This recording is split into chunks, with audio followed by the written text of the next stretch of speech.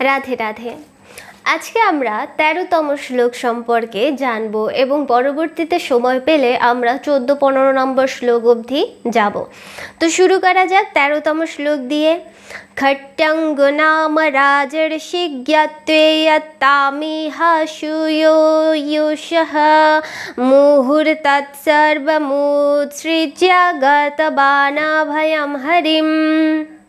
অনুবাদ: রাজর্ষি খট্টাঙ্গ যখন জানতে পারলেন যে তার আয়ুর আর এক মুহূর্ত মাত্র অবশিষ্ট আছে, তো এখানে সেই রাজর্ষি খট্টাঙ্গ সম্পর্কে বলা হয়েছে সে মৃত্যুর এক মুহূর্ত আগে জানতে পেরেছিলেন যে সে মারা যাবেন।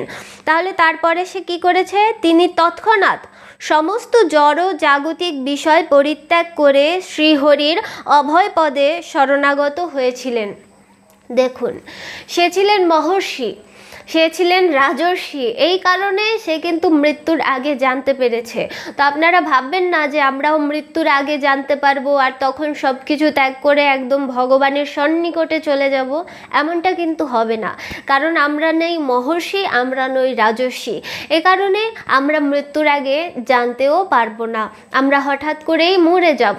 এই কারণে আমাদের সব সময়ের জন্য চিত্তকে ভগবানময় করা উচিত, কৃষ্ণময় করা উচিত। এ কারণে আমাদের কি করতে হবে? সবসময়ের জন্য ভাগবত তত্ত্ব কথা আস্বাদন করতে হবে, সবসময় ভক্তি মার্গে থাকার চেষ্টা করতে হবে। আর সে কিন্তু মৃত্যুর আগে জানতে পেরেছিল, এটা আপনারা মাথায় রাখবেন যে আমরা কিন্তু জানতে পারবো না।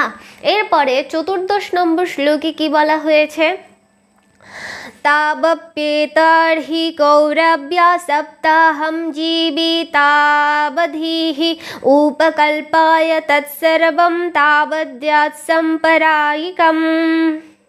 অনুবাদ: হে কুরুবংশ প্রদীপ মহারাজ পরীক্ষিত, আপনার আয়ুষ্কালের আর মাত্র ৭ দিন অবশিষ্ট আছে। দেখুন, এই যে কুরুবংশের প্রদীপ, হ্যাঁ, সে কি করেছিল? সে জানতে পেরেছিল যে আমার মৃত্যুর আর ৭ দিন বাকি আছে। মহর্ষি খট্টাঙ্গ সে জানতে পেরেছিল তার মৃত্যুর আর এক মুহূর্ত আছে, কিন্তু আমরা কিন্তু জানতে পারবো না যে আমাদের মৃত্যুর আর কত দিন বাকি আছে, কত মাস বাকি আছে, কত বছর বাকি আছে, অথবা কত মুহূর্ত বাকি আছে। এই জন্য আমাদের প্রতিটি মুহূর্তেই সতর্কতা অবলম্বন করতে হবে। আমরা তাদের মতো মহামানব নই, আমরা সাধারণ মানব দেখে আমাদের কষ্টটা একটু বেশি করতে হবে, ভগবানকে একটু বেশি কষ্ট করে ডাকতে হবে। তো এরপরে বলা হচ্ছে কি, অতএব এই সময়ের মধ্যেই আপনার পরলৌকিক উদ্দেশ্য সাধন করুন। দেখুন, শুধুমাত্র যে তাদেরকে মহামানব বলছি এতটুকু বললেই যথেষ্ট হয় না। তারা মহামানব কী কারণে? একজন এক মুহূর্ত আগে জেনে ভগবানকে লাভ করে ফেললো, আর একজন ৭ দিন আগে জেনে ভগবানকে লাভ করে ফেললো। কিন্তু আমরা অনেক বছর হয়ে গেছে এখনো ভগবানকে লাভ করতে পারছি না। ইভেন আমরা যদি জানি যে আমাদের মৃত্যুর আর কতদিন বা কত সময় বাকি আছে, তারপরেও আমরা লাভ করতে পারবো না। কারণ যদি আমরা এই কথা জেনে যাই, তাহলে আমাদের পরিবার পরিজন, আত্মীয় স্বজন, আমাদের স্বপ্ন, ইচ্ছা, আকাঙ্ক্ষা, এই সব কিছু নিয়ে আমরা হতাশ হয়ে যাব, আমরা মরে যাব, এই সব চিন্তা করে আমরা হতাশ হয়ে যাব। আমরা তাদের মতো কিন্তু ভগবত ভক্তি লাভ করতে পারবো না। তাদের প্রবল ইচ্ছে ছিল, প্রবল আকাঙ্ক্ষা ছিল ভগবানকে লাভ করার, এই জন্য তারা ৭ দিনের মধ্যে, এক মুহূর্তের মধ্যে ভগবানকে লাভ করতে পেরেছে। কিন্তু আমাদের মধ্যে সেই আকাঙ্ক্ষাটা নেই, এই কারণে আমরা ভগবানকে কিন্তু সহজে লাভ করতে পারি না। এই জন্য ভগবান আমাদের কাছে দুষ্কর। তো এরপরে কি বলা হয়েছে? এরপরে ১৫ নম্বর শ্লোক পাঠ করে আমরা আজকে এখানে পাঠের বিশ্রাম দেব। আবার পরবর্তী দিনে আমরা চেষ্টা করব ভিডিও নিয়ে আসার।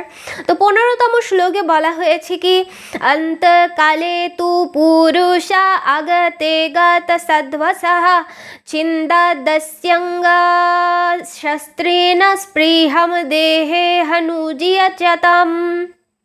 অনুবাদ: জীবনের অন্তিম সময়ে মৃত্যু ভয়ে ভীত না হয়ে অনাসক্তি রূপ অস্ত্রের দ্বারা দেহ ও দেহ সম্পর্কিত সমস্ত বন্ধন ছেদ করা উচিত। দেখুন, জীবনের অন্তিম সময় কার কেমন আসবে তা কিন্তু আমরা বলতে পারি না। কারোর সেন্স থাকবে কি থাকবে না, কারোর বোঝার ক্ষমতা থাকবে কি থাকবে না, অনুভূতি থাকবে কি থাকবে না, সেই সম্পর্কে আমরা কেউ জানি না। তাই জন্য আজকে থেকেই শুরু করা উচিত। আর এখানে বলা হয়েছে কি জীবনের অন্তিম সময়ে আমাদের মৃত্যু ভয়ে ভীত হওয়া উচিত নয়, কারণ অন্তিম সময় তো এসেই গেছে, মৃত্যু সে তো অবশ্যই হবে।